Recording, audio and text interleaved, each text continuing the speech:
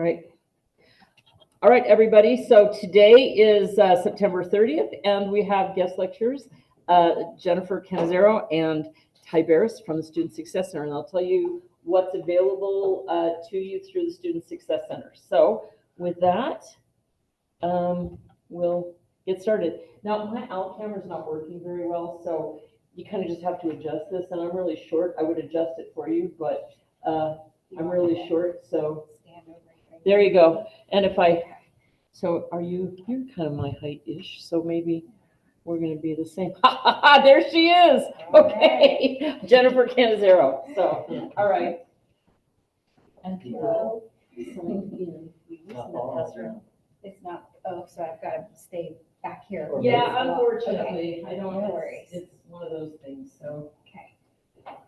Good afternoon. My name is Jennifer, and I am the Disability Support and Student Success Program Specialist here at Northwest. So my job is to be sure that students have access to the facilities, services, and classes, especially students with disabilities. So we like to come out and talk with students at these first year seminars. So we're finding that a lot of students are not aware that if they have a disability, that there are services available to them here on campus, and or that maybe if they had services in high school, that those don't automatically transfer to college with them. Students in college have to self-identify and request accommodations for disabilities. Our process here at Northwest for that is pretty simple.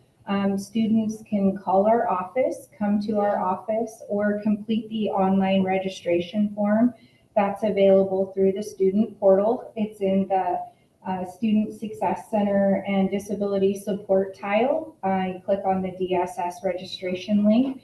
It's just a short application to find out who you are, what your disability is.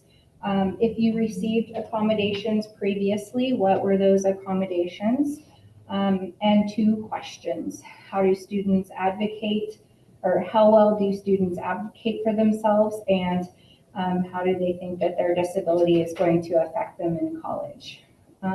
From there, I'll reach out to a student and we have a meeting and we talk about the disability or disabilities and accommodations that would be reasonable for the classes that they're in, or address access issues on campus, whatever the situation is.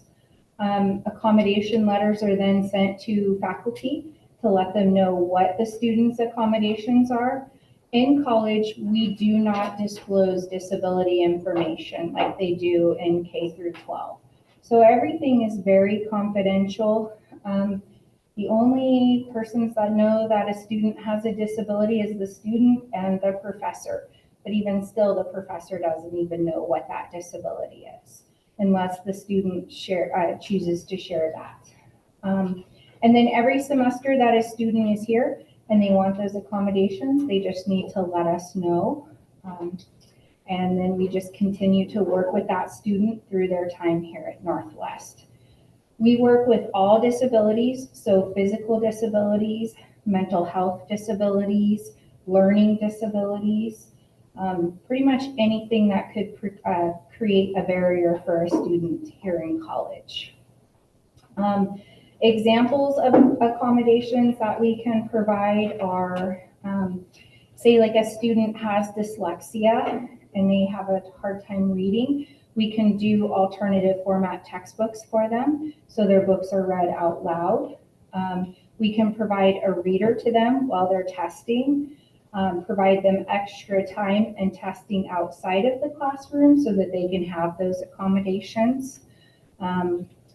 So there's quite a few things that we can do. The biggest difference between high school and college is that we do not provide paras, that one-on-one support for a student, but generally we can do the same or very similar accommodations as in high school. So, any questions so far? No? Okay. Just a software that I wanted to share with you. It's available on the portal, your student portal under campus software. Can you bring it up? Sure. All right, Yeah, sure, you you can. bet. It's called Text Help Read Write.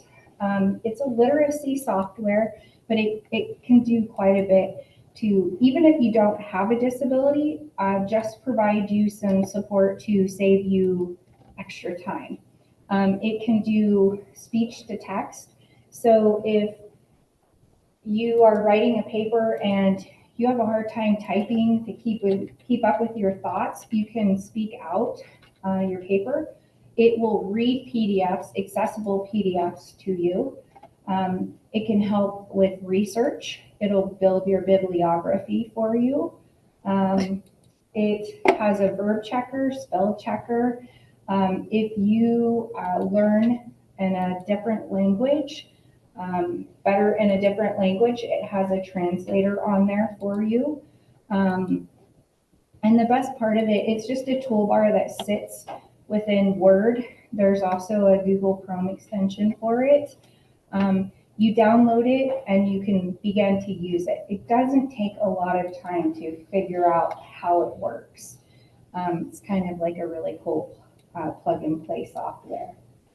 So I always encourage students, make your life a little easier in college and use resources that are available to you, such as this one. And this is what it looks like on the Mhm. portal, and then when you click on the Text Help Read Write, it just shows it directs you here. Yes. Okay, And the website will even give you, if you're really not sure you want to download it yet, check out the website, go through the short little tutorial and see if it can be helpful to you. Next semester, we are working to also implement a new alternative format and accessibility software called Uja Panorama that will sit within the Moodle interface and give you options for alternative formats such as using an immersive reader or a Beeline reader. This is really helpful for students who have a reading or print disability. It's also really good if a student just reads slowly, has struggles with retention and comprehension. It also provides an option for an MP3. So if you're like on some sort of sports team here at Northwest and you're traveling a lot, you can download an MP3 of those documents and listen to it while you're traveling. Or, traveling home even, whatever the situation may be. It's great for our international students because it offers translated versions too. So it does all kinds of really cool things, and faculty are going to be using it to make sure that all of our documents are accessible to online screen readers and other software. So if anybody has questions or would like more information about that, please stop by my office. It's not available on the interface right now, but if it's something that you feel could be helpful, we can get you set up with the software now, just kind of through a backdoor process. Any questions about that? No? Okay, so my office is in the student center upstairs in the hallway of nations, with all of the flags in room 216. Like I said, you can just drop in. If I'm available, I'll meet with students. If not, we'll get an appointment scheduled and kind of go from there. Also, almost forgot, I wanted to mention, if you don't have a documented disability where you've never been diagnosed with anything, but you're in college now and you've noticed that you're struggling with something that you've not noticed before, come and talk to me too. Maybe there is something there, it just wasn't really obvious in high school or K through 12. It happens a lot. Students get to college, they have to read a lot more, write more papers, and they're really struggling. College is hard enough, so if there is a struggle, come and talk to me. We can see if accommodations would be appropriate. If not accommodations, what other campus resources could potentially be helpful for you? Yeah. And I'd like to just vouch for the confidentiality. Jen and I have worked together, frequently with different students. And I always tell my students, and I would offer this to you as well, if you know something that's going to help you in the classroom, if you just tell me what that is, I will do it. But I am not a trained provider. So I don't really know what to do. So if you know something that will help you, we'll just do it. But working with the Student Success Center just gives us an extra level of expertise where they can help you and then I can help you with whatever it is that you need. And sometimes it's really simple. Years and years ago, I had a student, and I don't know what this exactly was, but he just needed to have a blue film over his work. So he wanted to bring in a blue film to class, and so he did, and that was fine. I don't even know what it was, but there have been other times where students have had, one of the things that I find, like with what we teach, one of the things that the Student Success Center doesn't do, which I approve of, is dismiss a student from the content of the course. So it's different than that. The content and the requirements, the responsibilities are the same, but it's just providing you the help that you need to succeed.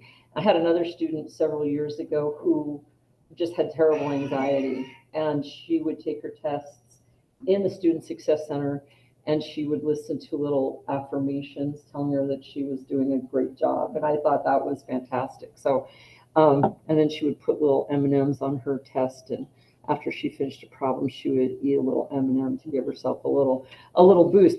And I thought that's a great idea. We should all be doing that. We should all be having an M&M every 10 or 15 minutes during a test. But just things like that. So I mean, sometimes there's very serious things that that Jen and her staff can help me with, provide for you, and sometimes it's very small. But we want the main message is we just really want everybody to succeed, and the resources through Student Success are phenomenal. So yeah.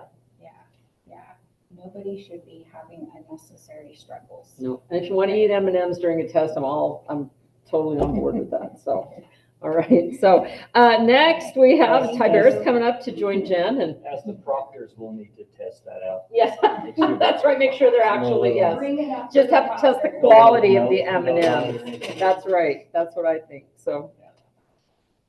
So yeah, what Jen said, just to reemphasize, better now than later, and that's why we like getting it earlier in the semester for you. So if you are struggling with something, come let us know. And I would have to say that the majority of the students that I do see come through that get accommodated, if they use them in the correct way, and are still working hard and progressing in their own lives and in their academic studies, and it helps them. I mean, they succeed exponentially better. Think about that. So what another aspect to the Student Success Center is counseling, and there's 2 licensed therapists, myself and a female, Kim Fletcher. So if you're struggling on that end of things, and it could be really, the spectrum is really wide. So whatever it is that you could be dealing with, we deal with loss, grief and loss, test anxiety, to relationship stuff, to depression, anxiety, really anything that anybody's struggling with at that time.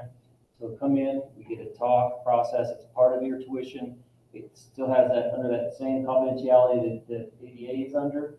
And so unless you're in imminent danger or someone you know that can't protect themselves as an imminent danger, then that confidentiality stays between us. And so there are individuals that come to campus that have a counselor in the community, and that's great. We ask you to stay with them. But still, we're accessible if it's a crisis or something's going on in your lives that you want to talk about. Okay. And so we see a number of students over the semester. They allow us to kind of dictate how many times we see that individual. If it is something that's beyond the scope of what we can handle, it's going to be taken. Maybe it's going to, that is more of a year-long thing, or something that's longer, needs more intensity. Then we do refer out into the community. And there's some really good providers in the community too. So, and I have a list of those. But majority, we do just take care of you on campus, and with both of us here, I would think that we do a pretty decent job on being able to meet the needs of the students. If it's more than, even more than a semester, we've carried people over. So it's just important you're healthy and happy as much as possible. If there's anything in that that's roadblocking that, come in. Same office, same contact. Any questions about that?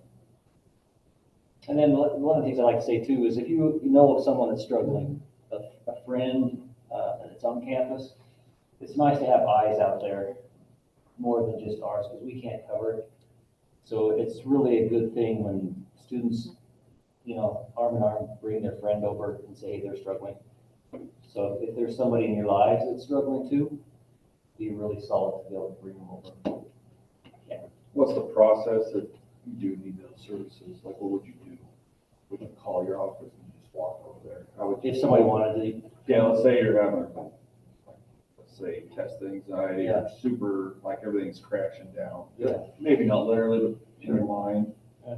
You needed the services, how would they go about doing it? Like, how would you go get those services? so can I write on this? Please, yes, yes, yes. So the quickest way would be just to call this number. This is our office number.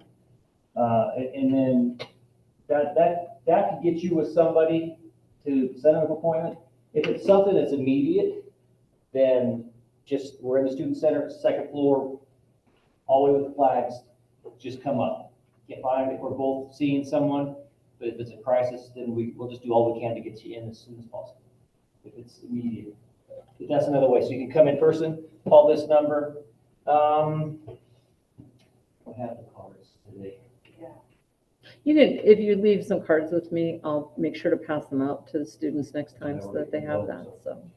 Yeah, So this is and then you can also, if none of this is got it in your phone, but if you want to go, that tile that we had up here, Student Success Center, that has all our information on it too, so. yeah, Emails and different things. So we want to be accessible, and we are. It's 8 to Yes. 5. I actually, on call all year, so Mhm. I have a cell phone, so once you sign on, I'd rather deal with something whenever it is So- instead of in the morning, I think Royce had a I question. was just gonna ask about that. Oh, okay. Yeah, Yeah, 8 to 5, yeah. it's the office hours, so the last one would probably be around 4. And Ethan, did you have okay, so, yeah. So, yeah, so this has been really valuable for a lot of students, I mean, on every level. And one of the things that we use very frequently is testing services, just especially because of they can extend time for you if you have a reason to extend time. So that's always a good thing, I think. Because sometimes it's hard, especially like right now with the classes that you guys are in. I don't know how the rest of your schedules are, but a lot of my classes are, some of them are face-to-face, some of them are meet once a week, some of them are meet every day. And so we're kind of like all over the place. And so if you need to have a test like during midterm week where you have to be proctored, this can come in really handy. It can be an extra set of, an extra helping hand, I think. So that's always a good thing. Yeah, it just kind of speaks to, it's maybe not even, when we talk disability, you got to understand that Right. it's any sort of roadblock. Mhm. That word sometimes maybe has a negative connotation, but like for me, say personally, for me to process something, I need to read it a few times before it sinks in. It just takes more time for it to upload, Mhm. right? And so it may not necessarily mean that I don't know the information, I haven't studied, or I can't get it. It just takes that little more time. So we have students that come in that for a 50-minute test, they don't do well because they don't have the time. So it's not about the knowledge. And there's certain things on campus that are time related. But for the most part, tests, if we go time and a half, so if I had that extra 30 minutes to process, bring it up, seeing students really success, and I think that's what we're speaking to. Yep, And then absolutely. alternative areas to test, Yes. quiet areas. And I know that can be really tough for some students just to take it in sort of a more active classroom. I mean, Yeah. we try to keep things nice and calm during Yeah. testing, and in engineering, testing is a big deal. I mean, a lot of our assessment comes through testing, and so the tests are I wouldn't go so far as to say a high stakes test, but they're pretty weighty in your grade. Not in this class, we're not having any tests, it's okay. So, but but you know, in some other classes, I mean, tests are the thing. So if you need quiet or extra help, or if you just don't even know what you need, which just doesn't work for you, your mind gets scattered during an exam or something like that, these folks may be able to help you. Yeah, come talk to us. Yeah, so, all right. Appreciate you having us. Yep. Oh, so what? Thank you for being here. We'll keep talking, you guys. I'm not going to do that, but thank you guys for coming, and they're in the student union, student success, or the student center, so you know where to find them. So, Thank you. all right, thank you. Thank you guys very much. Sure appreciate it. All right, so there's a couple of things I wanted to talk with you about. I want to get back to my all cards. This is all blown up here. Okay, so I want to go back to our home page, to our Moodle page. I'm going to have to search it here. So there we go. All right, so when you go onto your student page and you access you go to your landing page and you access our Moodle page. I would really like to show this, but here we go. Let's see if I can make it happen. All right. So the one thing I wanted to show you is today we're going to talk a little bit about advising today. We're going to kind of do this at the end of a couple of different sessions, but so we'll spend a little bit of time. But as you remember, we have everything posted here that we have talked about so far. And then, and I will post the recorded lecture here at this location. But next week it says to be announced. And what I mean by that is I have some ideas about there's some things I want to talk to you about. And in that vein, I'm not sure exactly when certain things are going to happen. But for next week, I'm going to be off campus. So I will record a lecture and put it here on the Moodle page. So that means that you don't have to come to class next week, but you do have to watch the recorded lecture. So it'll be posted. And I have a couple of different topics. I have more topics to cover in here than we really have class periods to do. So I'm not really sure what the topic is going to be. It might be something about the electrical grid, or it might be something about advising, or it might be something about some other stuff. Yes? Is it just going to be as long as that? Yeah, not even as long. It'll be 35 minutes. How's that sound? So, ish, more or less. That's right. So, like we talked about, I will continue our lecture with solar power on one of these lectures, but we'll see. Now, not next week, but the following week, which would be October 14th, we actually have a two-part guest speaker. And our guest speaker is Dr. Greg Smith, and he's going to come in and talk to you about drones. And if it's a nice day, we may even get to go out and fly some drones, which is always kind of fun. But there's a group of us here at Northwest College who have written a grant with the National Science Foundation, and so we're developing a curriculum for unmanned UAVs, RPAS, the drones, whatever they are. So Dr. Smith is one of those people, and he has a little presentation that he does for first year experiences like this. So he'll come in and talk to us on the 14th. Maybe if the weather's good, we'll get to fly some drones. And then he'll come back the following week and talk a little bit more about, we get to see some of the data that we collected or that has been collected, and we'll discuss that a little bit. Now, after that day, on the 10th, we're going to prepare, on the 28th, we're going to prepare for advising day. One of your assignments in this class is that you make an appointment with your advisor. For many of you, I am your advisor. Some of you will have a different advisor, but I just want a little summary of how it goes with your advisor, because after we get through with some of the material we're going to talk about, I think you're going to be able to use that time with your advisor, not just to schedule classes, but to kind of understand how we're trying to get from point A to point B. With point A, you are here, to point B, you graduate from Northwest College, and then should you, if you're a continuing student to graduate from wherever you want to graduate from, and then get the career that you want. So, so we'll talk about that whole process. We'll talk about how curriculum is formed. Anyway, so after that, after advising day on November 11th, which is just so weird that we're already talking about that, but two civil engineers who are going to come in and talk about their careers in that field. And that's always a good one. Civil engineering is an extraordinarily broad field, and it goes back and forth. Right now, I think mechanical engineering is the most popular field that students are going into. It's always it tends to be either civil or mechanical are the two that are the most popular. So we'll talk a little bit about civil. We already talked a little bit about mechanical, kind of. And then we do have one of the presentations, we will have a mechanical engineer come and talk to us about what he does as well. All right, so at that point, you guys have any questions about what's going on? What happens next? Okay, so the first thing, right now it is 1:30, and I never lied. I will always we're going to do 15 minutes today, and then you're going to get out half an hour early. So that will be kind of fun. So, but the first thing is, let's talk a little bit about the beginning of advising, okay? And what I'd really like to talk to you about is sometimes people discuss the idea that, why do I have to take this course? Have you ever heard anybody say that? Like, have you guys ever? No, never. Okay, so so yeah, Ethan says everything's great. I love it all. So basically, why we have to take this course is because it's part of a degree program. And so, hang on, I got to ask William a question. William, do you see the college catalog, or do I need to reshare this? Yep.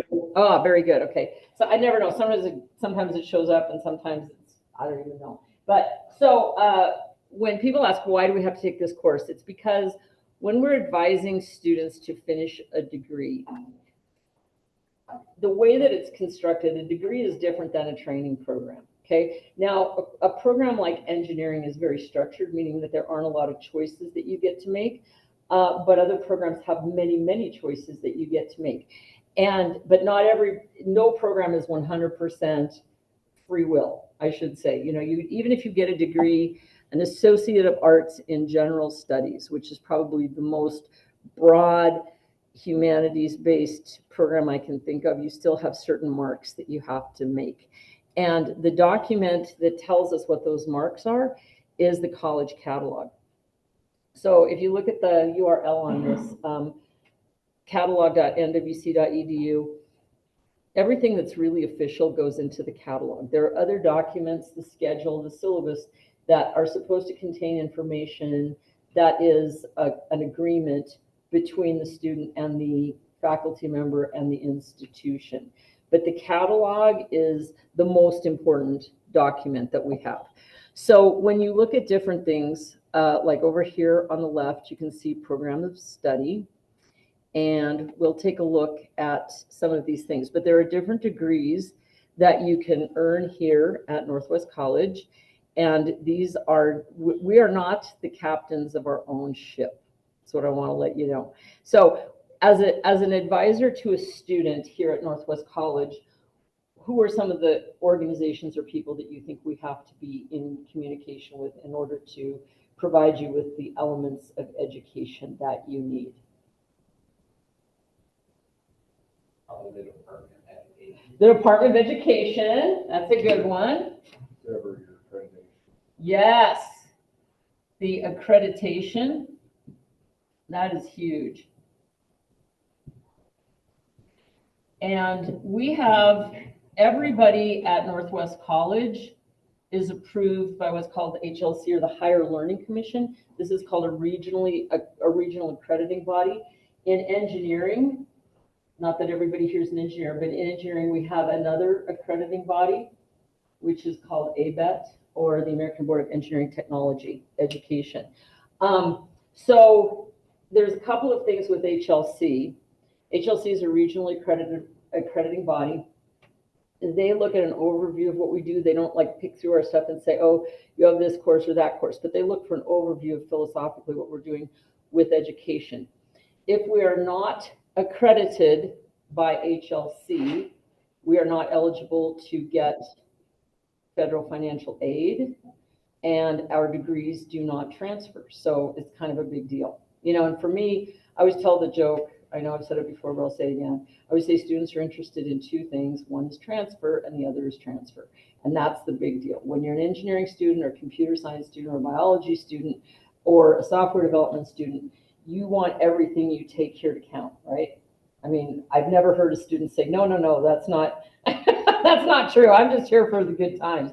But except for, right, okay, well, there you go. But except for Ethan and Mr. Legler. So, but anyway, no, nobody wants to do that. And the other thing is you not only want the classes to transfer, you want the content of those courses to transfer in order that when you go to University of Wyoming or South Dakota State University or BYU, Idaho, or wherever you choose to go, that you're ready. If you have a course that says Calculus 1 is a prerequisite for this course, you want to make sure that the Calculus 1 you took here prepares you for the course that has Calculus 1 as a prerequisite there. So transfer is the whole thing. Yes? So some credits are like, are they easier to like transfer to different colleges? Oh, yeah. For engineering, is it pretty universal? Yes.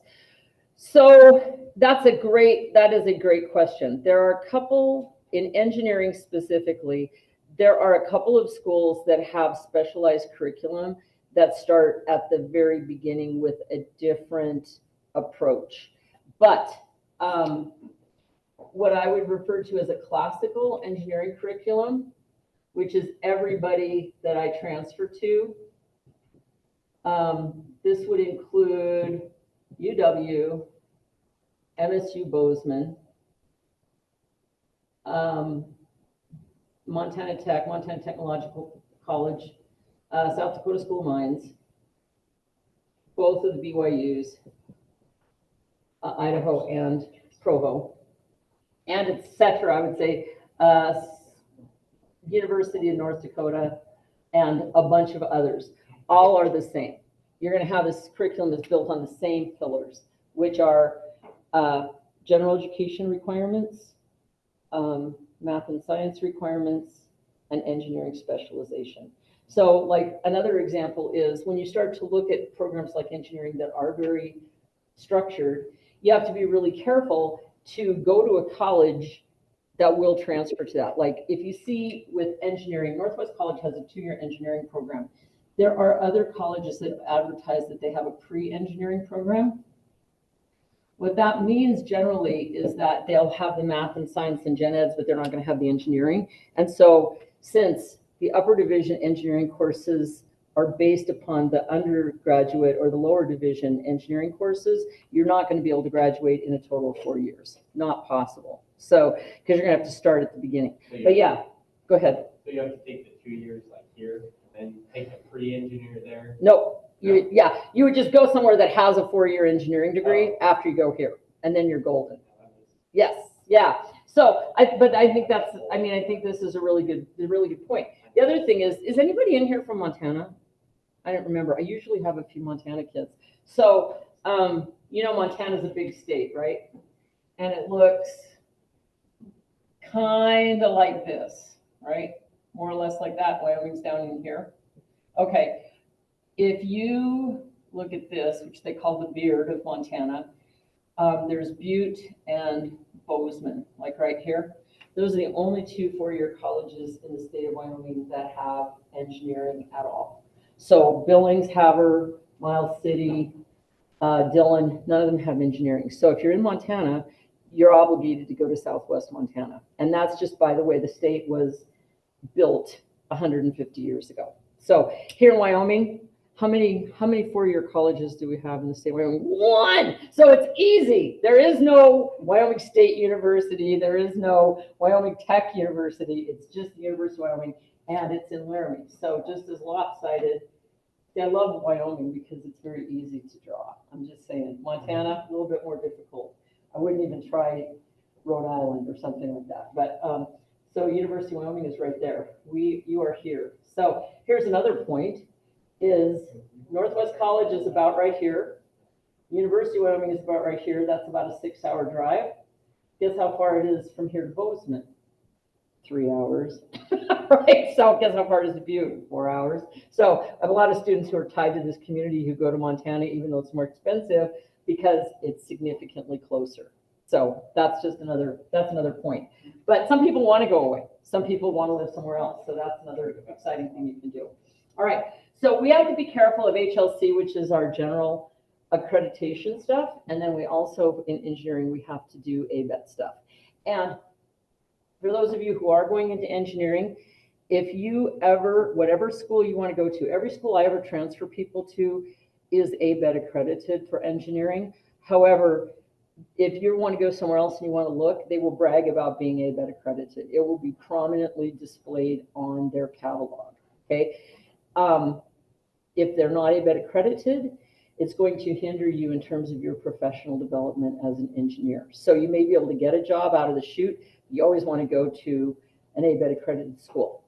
University of Wyoming, 100%, every one of their engineering programs is ABET accredited. So that's the good news. So are all the schools I'm talking about, but there are some that are not. I ran into a guy a few years ago that I was working with who went to a private school in North Carolina and had a non-accredited engineering degree. And he did pretty much the same things that we had done, but he was not accredited. And so he was not eligible to sit for his professional engineering license. And so that's a big problem. So anyway, so always look for these two things. Okay, so accreditation, okay, and I have 4 more minutes because I told you how long I was going to let you go. A curriculum in whatever field you study. A curriculum means the whole enchilada. It means what you have to study to get a degree. And a curriculum is more than a bunch of classes. There are different marks that we try to hit. There are different things that we need to meet before somebody's awarded a degree. Now, here at Northwest College, if you look on this again, we have some different programs of study, but here are the types of degrees that we have. We have an Associate of Arts, Associate of Science, Associate degree in Nursing, an Associate of Applied Science, a Bachelor of Applied Science, a Skills Certificate, and a Comprehensive Skills Certificate. So I'll just tell you in my next 3 minutes, and then I'll see you later, what's going on. An Associate of Arts, Associate of Science are degrees that are designed for transfer. If you get one of those 2 degrees, it's kind of assuming that you want to get a 4-year bachelor's degree somewhere else in some field.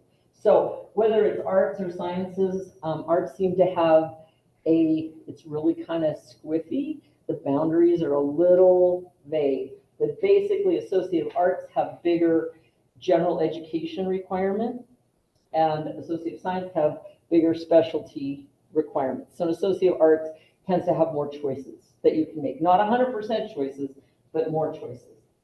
Associate degree in Nursing, I don't know if you know anybody in the nursing program. They work hard. That's an excellent degree program. But it's very specific. Associate of Applied Science is a degree that you would get that you would want to be done in 2 years. For example, Associate of Applied Science in Drafting Technology, Associate of Applied Science in Welding Technology. You're not really aspiring to go further than the 2 years. And when I say aspire, I just mean that is the entree, that's the green card into the industry with that particular degree. Northwest College also offers 2 Bachelor of Applied Science degrees. These are built, a typical bachelor's degree is built so that you take general education stuff in the first 2 years, and then you get more specific as you go up. A Bachelor of Applied Science is upside down. You do the more specific stuff in your first 2 years, and then you do more general stuff in the last 2 years. So we have 2 Bachelor of Applied Science, 4-year fully accredited degrees. One is for business management. It's called Professional Studies, and one is in criminal justice. It's a great program if somebody wants to go work like for the Forest Service or in law enforcement of any sort. Skills certificate means I don't want to do any gen eds. I just want to learn how to draft. So instead of taking 60 credits, you could take 45 credits or 40 credits and just get out. But there's some limitations on like how much financial aid you can collect and some other things.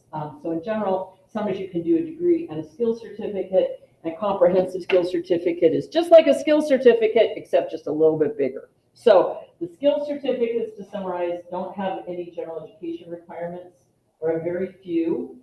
Bachelor of Applied Science is a 4-year degree based on a skill set that you learn in 2 years. Associate of Applied Science is a terminal degree, meaning that you get the degree and then you go to work. Associate degree in nursing. Obviously, I've never known anybody who got an ADN who didn't want to be a nurse, but I suppose that could happen as well. Maybe you want to be a nurse anesthetist or a PA or something like that, so you can do that. And you can also roll that one over into a Bachelor of Nursing degree. And then Associate of Arts, Associate of Science, get ready to transfer. Okay. So now we kind of know what you're looking at. What do you think engineering and computer science, what kind of degrees do you think they are? Science, art, applied science? Yeah, they're a science. It's applied. It's not applied science, which is Associate of Science. Dovetailing into a Bachelor of Science degree. Computer science is also, computer science can either be a Bachelor of Arts, it can be an Associate of Arts or Associate of Science, and we'll talk about that a little bit more. And drafting, of course, is applied science. So you guys have any questions for me? So what are you going to do next week? Are you going to be here smiling in your desk? No, what are you going to do? Watch the video. Very good. All right. And the week after that, we'll be back face to face, and we're going to talk about drones. That's right. You're quiet, but you always know the answer. So, all right. All right, you guys have a wonderful, I won't see you face to face for 2 weeks, but I'll see you then, and I'll put a little note up for you to do something to assess on the thing that we do next week. So have a good day. Bye. All right. Stop sharing, stop recording.